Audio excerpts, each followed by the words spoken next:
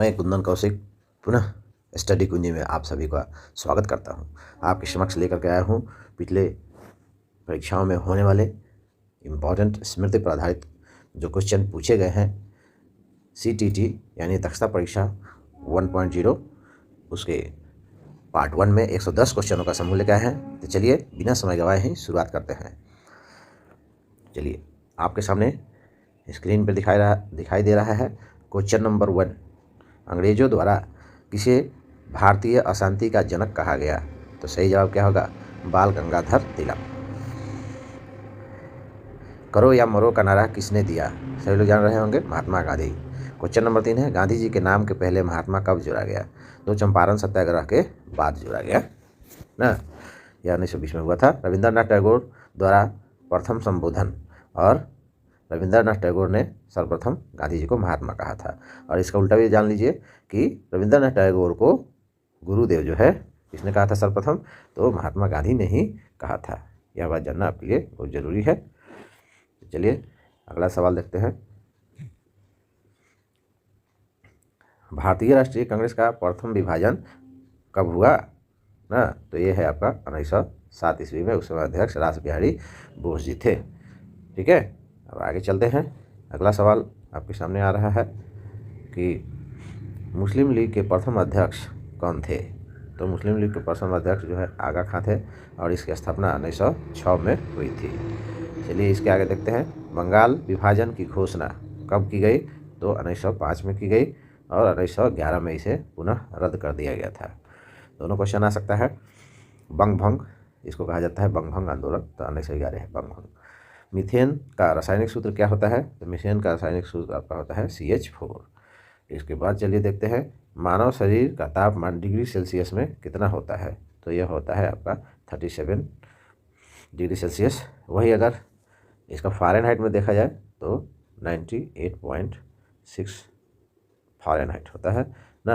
अगर 100 हो तो बुखार हो जाता है, ऐसा देखा जाता है। ठीक है, तो चलिए इसके बाद आगे हम देखते हैं। आवृत्ति मापन की इकाई क्या है? तो आवृत्ति मापन की इकाई क्या है? हर्ट्ज है।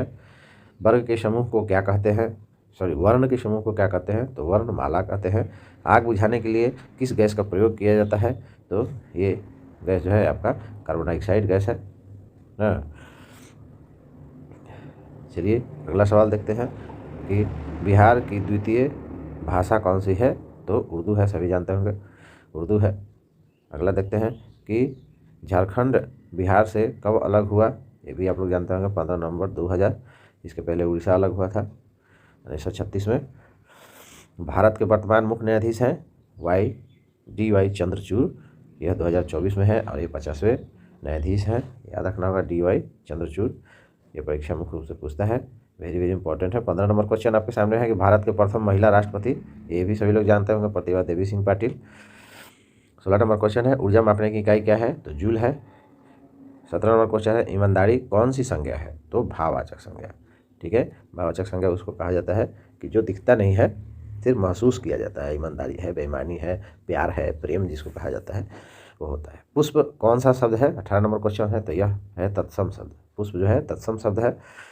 तो तत्सम शब्द किसको कहा जाता है? जो संस्कृत से लिया गया है। जैसे संस्कृत में आग को अग्नि कहा जाता है, तो अग्नि शब्द हिंदी में प्रयोग भी किया जाता है, तो उसको तत्सम शब्द कहा जाएगा। जल संस्कृत में जलम या जल्लह कहा जाता है, तो उसको वो भी तत्सम शब्द है। यानी संस्कृत का जो शब्द लिया गया है वह तत्सम शब्द कहा जाता है हिंदी में। 19 नंबर क्वेश्चन है, बिहार के चौथे कृषि रोड मैप का काल क्या है? ये बहुत कठिन क्वेश्चन था सब लोगों के लिए। तो यह है 2023 से 2028 तक, ये अंतिम है। और चौथा रोड मैप है। तो फर्स्ट रोड मैप भी पूछा जा सकता है, तो फर्स्ट रोड मैप जो है 2008 में यह लाया गया था। चलिए, बिहार पर्यटन की ब्रांड एम्बेसडर वर्तमान में 2024 जो लिखा गया है साल, वर्तमान में कौन है? तो मैथिली ठाकुर है, वो दरभंगा की है ना। Brand ambassador. इसरो का स्थापना काल क्या है? बहुत तरपाने वाला क्वेश्चन था, अनुमान भी लोग नहीं लगाया था कि ऐसा क्वेश्चन आ सकता है ना। तो इसरो का स्थापना काल है 1969। कोई मुश्किल क्वेश्चन तो था नहीं, लेकिन तैयारी करने का समय नहीं मिला। 9 से 5 क्लास कीजिए फिर। चलिए फिर भी कोई बात नहीं है, शिक्षक तो होते हैं, प्रणेता होते हैं, नेता होते हैं, सब होते हैं। अब देखते हैं, अगली तैयारी बहुत ज़बरदस्त होने वाली है। अंतरिक्ष में यात्रा करने वाले प्रथम भारतीय महिला कौन थी? तो यह थी कल्पना चावला। ये ज़्यादातर लोग जानते भी होंगे ना। अगला सवाल आपके सामने है कि पृथ्वी पर ग्रीन हाउस कौन गैस है। तो ग्रीन हाउस गैस जो है आपके सामने लिखा हुआ कार्बन डाइऑक्साइड गैस, कहीं कहीं ये CO2 भी लिखा जा सकता है, तो कार्बन डाइऑक्साइड को ही CO2 लिखा बोला जाता है, इसको ध्यान रखना होगा। कन्फ्यूज करने के लिए घुमा के पूछा जा सकता है। जो क्वेश्चन समझ में नहीं आया उसका अंग्रेजी भी पढ़ सकते हैं, तो जल्दी समझ में आ जाता है। चलिए अगला क्वेश्चन 24 नंबर क्वेश्चन है, विद्युत धारा मापने की इकाई क्या है। तो एम्पियर है, ये पूछा गया था सवाल। उसके बाद है कोशिका का पावर हाउस किसे कहते हैं। तो कोशिका का पावर हाउस माइटोकॉन्ड्रिया को कहा जाता है, क्योंकि यहीं पे ऊर्जा जो है निकलती है, ऑक्सीजन जो है ग्लूकोज को फैक्टराइज करता है और उससे ATP के रूप में ऊर्जा मुक्त होती है। और इसके साथ ही साथ एक और क्वेश्चन पूछता है कि कोशिका का जो है आत्महत्या की थैली किसको कहा जाता है। तो वो होता है आपका लाइसोसोम, लाइसोसोम ना, तो लाइसोसोम याद रखना होगा।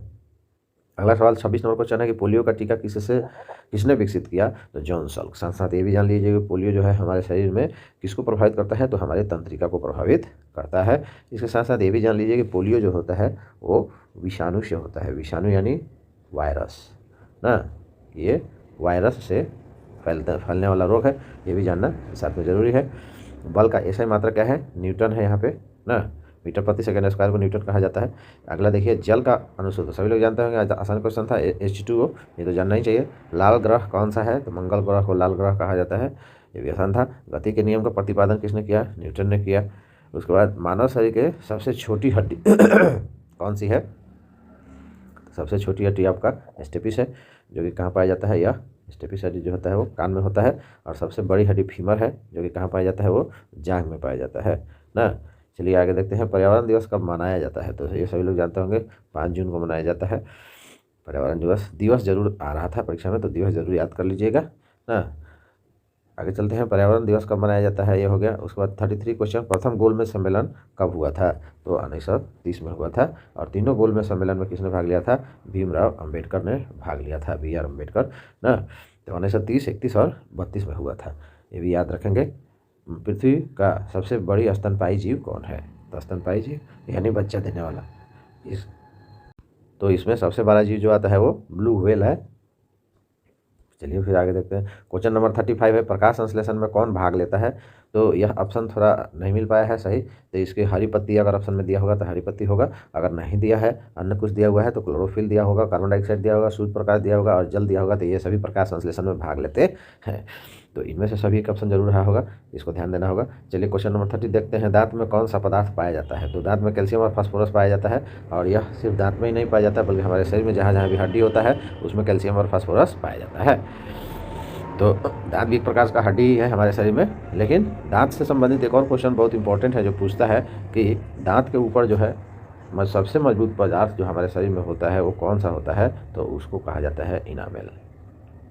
ठीक है, तो इनामेल जो है ये हमारे दांत का हमारे शरीर का सबसे कठोर पदार्थ है, याद रखना होगा। जैसे पृथ्वी पर सबसे कठोर पदार्थ हीरा है, उसी तरह यह हमारे शरीर में है इनामेल। चलिए आगे देखते हैं 37 नंबर क्वेश्चन, शिक्षा एक त्रिमुखी प्रक्रिया है, किसने कहा। तो जॉन डेनी ने कहा। ये सवाल जो है आप सोचे भी नहीं होंगे कि पूछेगा। और द्विमुखी प्रक्रिया जो है एडम्सन, क्योंकि यह जो है आपको कभी भी जो आपका निकला हुआ था उसमें यह नहीं बताया गया था कि आपके परीक्षा में जो है शिक्षण शास्त्र से पूछा जाएगा, लेकिन क्वेश्चन पूछ दिया। बच्चों की पहली पाठशाला परिवार है, और बहुत कुछ है जो कहने का चीज़ है, लेकिन अब बीत गया तो फिर करने से कोई फ़ायदा नहीं। और जब शामिल हम हो गए हैं तो अब तैयारी के अलावा दूसरा कोई रास्ता भी नहीं है। चलिए देखते हैं 39 क्वेश्चन है, जीवन के किस अवस्था को तूफानी अवस्था कहा जाता है। तो ये अवस्था है किशोरावस्था। इसमें बहुत सारे शारीरिक परिवर्तन होते हैं, मस्तिष्क जो है चंचल इधर उधर भागते रहता है। चलिए आगे देखते हैं, क्वेश्चन नंबर 40 आपके सामने है। क्वेश्चन नंबर 40 में आंगनबाड़ी के बच्चे की उम्र सीमा क्या होती है। तो ये सभी लोग जानते होंगे 0 से 6 वर्ष होता है ना। चलिए आगे देखते हैं। उसके बाद क्वेश्चन नंबर 41 है, नई शिक्षा नीति कब लागू हुई। तो घोषणा हो गई थी 1 अप्रैल 2020 को, और 29 जुलाई 2020 को लागू हुई। ठीक है, संविधान में कुल वर्तमान कितने भाग हैं। अभी वर्तमान समय में अब संविधान में 25 भाग हो गए हैं, पहले कितना भाग था, पहले 22 भाग था। उसके बाद यह क्वेश्चन पूछा गया था कि बिहार में कितने संसदीय क्षेत्र हैं। संसदीय क्षेत्र मतलब संसद कितने हैं, सांसद MP कितने हैं। तो लोकसभा में जितना सीट होगा तो 40 सीट है, और इसके साथ साथ आप ये भी जान लीजिए कि राज्यसभा में कितनी सीटें हैं बिहार का, तो 16 सीटें हैं, ये भी जानना जरूरी है। मुखिया का चुनाव 44 नेक्स्ट क्वेश्चन है, मुखिया का चुनाव कितने वर्षों के लिए होता है? इसका सही जवाब है 5 वर्षों के लिए। और आयु में बहुत लोग कंफ्यूज कर रहे थे, कोई 25 कह रहा था, कोई 18 कह रहा था, तो इसका सही जवाब है 21 वर्ष। 21 वर्ष के लिए हम चुनाव में खड़ा हो सकते हैं। शिक्षा संविधान की किस सूची में का विषय है? यह तो पूछा जाना चाहिए और यह होना भी चाहिए। समवर्ती सूची का विषय है और समवर्ती सूची पर केंद्र सरकार भी निर्णय ले सकती है। पंचायतों के लिए संविधान में कितने विषय हैं? तो 29 विषय हैं। ये बड़ा डिफिकल्ट क्वेश्चन था। ओजोन परत वायुमंडल के किस भाग में पाया जाता है? ये बहुत ही इंपॉर्टेंट क्वेश्चन और आसान था। समताप मंडल होगा। प्रथम पृथ्वी सम्मेलन कब और कहाँ हुआ? हालांकि यह जो है 9th क्लास के बुक में दिया गया है। ब्राजील 1992 में रियो डी जेनेरियो में प्रथम पृथ्वी सम्मेलन हुआ था। भूगोल की किताब में दिया गया है। चलिए कोई बात नहीं है। भारतीय संविधान में भाषा को किस अनुसूची में शामिल किया गया है? तो भाषा को 8वीं अनुसूची में शामिल किया गया है। तो भाषा और शिक्षा और शिक्षण से संबंधित जो है निश्चित रूप से शिक्षक को कोई परीक्षा को उसमें पूछेगा ही पूछेगा। तो इससे संबंधित क्वेश्चन को चुन करके हम अगले वीडियो में लेकर के आपके समक्ष आएंगे पुनः। चलिए अगला सवाल यहाँ देखते हैं। 50 नंबर क्वेश्चन है। ज्योति तीव्रता का मात्रक क्या है? कैंडला है। चलिए तेजी से देखते हैं। वायुमंडलीय वायु दाब मापा जाता है बैरोमीटर से। और भूगोल के पिता कौन है? इरेटोस्थेनीज। भारत और हिस्ट्री के पिता जो है हिकेटियस है। इसी तरह सभी विषय के पिता हैं वो जरूर याद कर लीजिए अगर आपको अगला क्वेश्चन या एचएम का एग्जामिनेशन देना है तो उसके लिए बहुत इंपॉर्टेंट है। भारत के कितने राज्य समुद्र से मिलते हैं? तो 9 राज्य समुद्र से मिलते हैं। भूगोल मतलब भारत के भूगोल से जो है आपका नक्शा जो है भौगोलिक क्षेत्र ये बहुत इंपॉर्टेंट है ना। समुद्री क्षेत्र तट की लंबाई कितनी है? सुदूर क्षेत्र कौन है ना? कौन सा दर्रा कहाँ है? कौन सा बाउंड्री का नाम क्या है? ये भूगोल से आया था क्वेश्चन जरूर। बोमडिला दर्रा किस राज्य में है? अरुणाचल प्रदेश में। देखिए ये भी क्वेश्चन आई है। पूर्व मध्य रेलवे का मुख्यालय कहाँ है? हाजीपुर। और उसके बाद 56 है। फिलीपींस की राजधानी कहाँ है? मनीला है ना। यह जो है कोई सोचा भी नहीं था कि यह राजधानी पूछ देगा देश के बारे में। नालंदा विश्वविद्यालय स्थापित किसने किया था? तो कुमार गुप्त। यह कई सेटों में और कई परीक्षाओं में पूछा गया, अलग अलग 6 to 8 वाला में पूछा गया था। छोटा नागपुर का पठार कहाँ है? झारखंड में है। ये ज़्यादातर लोग जानते हैं। चलिए नेक्स्ट क्वेश्चन देखते हैं कि रविंद्रनाथ टैगोर को गुरुदेव की उपाधि किसने दी थी? तो ऑलरेडी बताया जा चुका है कि महात्मा गांधी ने दिया था। अमरूद उत्पादन में बिहार का स्थान क्या है? कोई सोचा भी नहीं था ये क्वेश्चन पूछेगा। तीसरा स्थान है, जबकि पहला स्थान उत्तर प्रदेश का है, दूसरा स्थान जो है मध्य प्रदेश का है। भाषा के आधार पर बना भारत का प्रथम राज्य क्या है? तो भारत में प्रथम जरूर याद कर लीजिएगा। भारत में प्रथम और बिहार में प्रथम, ये वेरी इंपॉर्टेंट है और ये भी आपको अन्य वीडियो में एक ला दिया जाएगा चुन करके जो परीक्षा में इंपॉर्टेंट पूछा जाता है अगला वीडियो में लाया जाएगा। साइमन कमीशन भारत कब आया? तो 1928 में आया था ना। और गो बैक का नारा लगाया गया था, यह मुंबई में आया था। साइमन कमीशन बाहर जाने का कारण यह था कि उसमें जितने भी थे वो सब अंग्रेज लोग थे, उसके मेंबर। खुदीराम बोस को फांसी कब दी गई? 1908 में दी गई। 1908 में दी गई। ताप का ऐसा ही मात्रा क्या होता है? केल्विन होता है। ज़्यादातर लोग इसमें कंफ्यूज हो गए हैं। इसमें जूल दिया गया था, सेल्सियस फ़ारेनहाइट दिया गया था, तो इसमें बहुत सारे लोग कंफ्यूज होना स्वाभाविक है। तो इसको देख लीजिए। इस क्वेश्चन को, ये वीडियो को आप बार बार चलाते रहिए, कभी कभी देखते रहिएगा। ये 110 क्वेश्चन है, यह कंफ्यूज नहीं होना चाहिए। ये घुमा फिरा करके आएगा ही आएगा। शायद ऑनलाइन परीक्षा इसलिए लिया गया था कि क्वेश्चन जो है आएगा, क्वेश्चन बाहर नहीं जाना चाहिए। तो वो सेट बना हुआ है, अगले परीक्षा में भी आ सकता है। चलिए देखते हैं। निर्वात में ध्वनि की चाल क्या होती है? तो शून्य होती है। निर्वात मतलब जहाँ हवा नहीं हो। हवा नहीं होगा तो आप बोलेंगे भी तो किसी को सुनाई नहीं देगा, क्योंकि ध्वनि जो है एक माध्यम से होकर जाती है, वो हवा उसका माध्यम का काम करता है। नीति आयोग का नामकरण अथवा स्थापना कब हुआ था? तो 1 जनवरी 2015 को नीति आयोग नाम बदल दिया गया था मोदी सरकार के द्वारा। पहले इसका नाम क्या था? योजना आयोग के नाम से जाना जाता था। गुरुत्वाकर्षण जी का न्यूनतम मान कहाँ होता है? तो जी का न्यूनतम मान जो होता है वो पृथ्वी के केंद्र पर होता है, जबकि अधिकतम मान कहाँ होता है? ध्रुवों पर होता है। अगला सवाल है आपके सामने है कि भारतीय संविधान की प्रस्तावना में 3 शब्द कब जोड़े गए? तो 1976 में जो है 3 शब्द जोड़े गए। समाजवादी, धर्मनिरपेक्ष और अखंडता शब्द जोड़ा गया। और यह संविधान के 42वां संशोधन में हुआ था ना। 42वां संशोधन को सबसे बड़ा संशोधन कहा जाता है संविधान का। इंदिरा गांधी के काल में शायद हुआ था।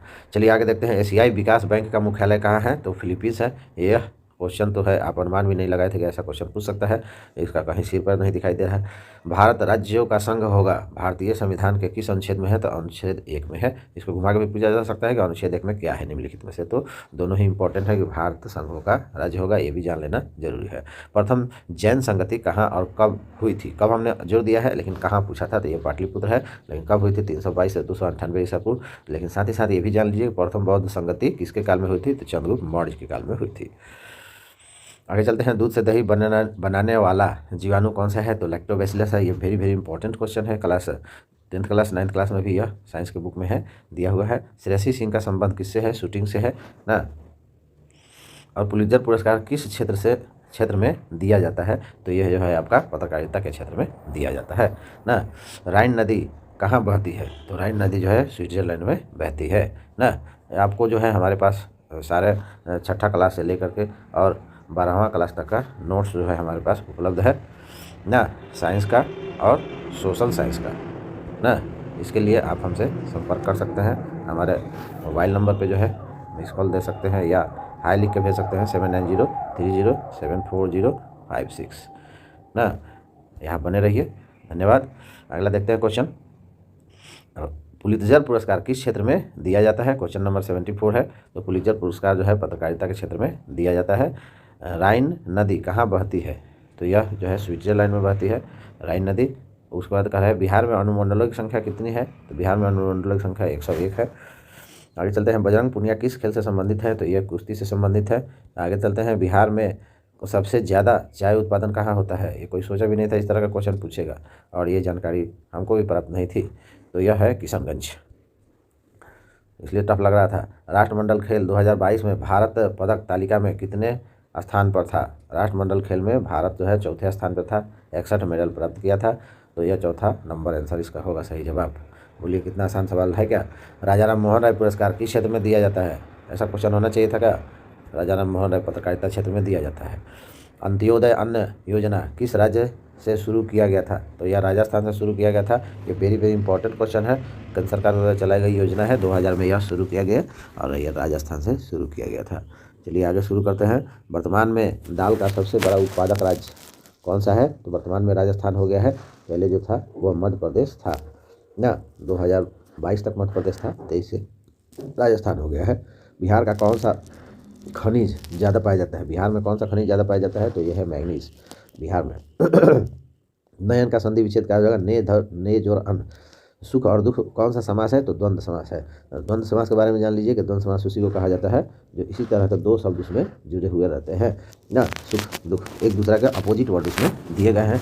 जैसे अपोजिट वर्ड क्या, लोटा डोरी भी हो सकता है, माता पिता हो सकता है ना, आगे पीछे हो सकता है, ऊपर नीचे, जो दो शब्द एक साथ में प्रयोग किए जाते हैं, बीच में हाइफन दिया रहता है, तो ये द्वंद्व समास है। मनोहर का संधि विच्छेद क्या होगा, मनः जोरहर। नवजीवन कौन सा समास है, तो कर्मधारय समास है। तो कर्मधारय समास कैसा रहता है, विशेष और विशेषण से बना हुआ रहता है। नव जो है वह जीवन का विशेषता बता रहा है, इसलिए नवजीवन जो है आपका कर्मधारय समास है ना। चलिए आगे चलते हैं। महिला आंचल के लेखक कौन है, फणीश्वर नाथ रेणु। महिला आंचल के लेखक फणीश्वर नाथ रेणु जी हैं। उसके बाद आगे चलते हैं। नाइटहुड की उपाधि किसने लौटा दी, रविंद्रनाथ टैगोर ने, जलियांवाला बाग हत्याकांड के कारण। तो रविंद्रनाथ टैगोर को नाइटहुड की उपाधि अंग्रेजों ने दिया था, इसलिए उन्होंने इस घटना का निंदा करते हुए और ये नाइटहुड की उपाधि लौटा दी। इसके साथ ही साथ महात्मा गांधी ने भी केसर हिंद की उपाधि लौटा दी थी।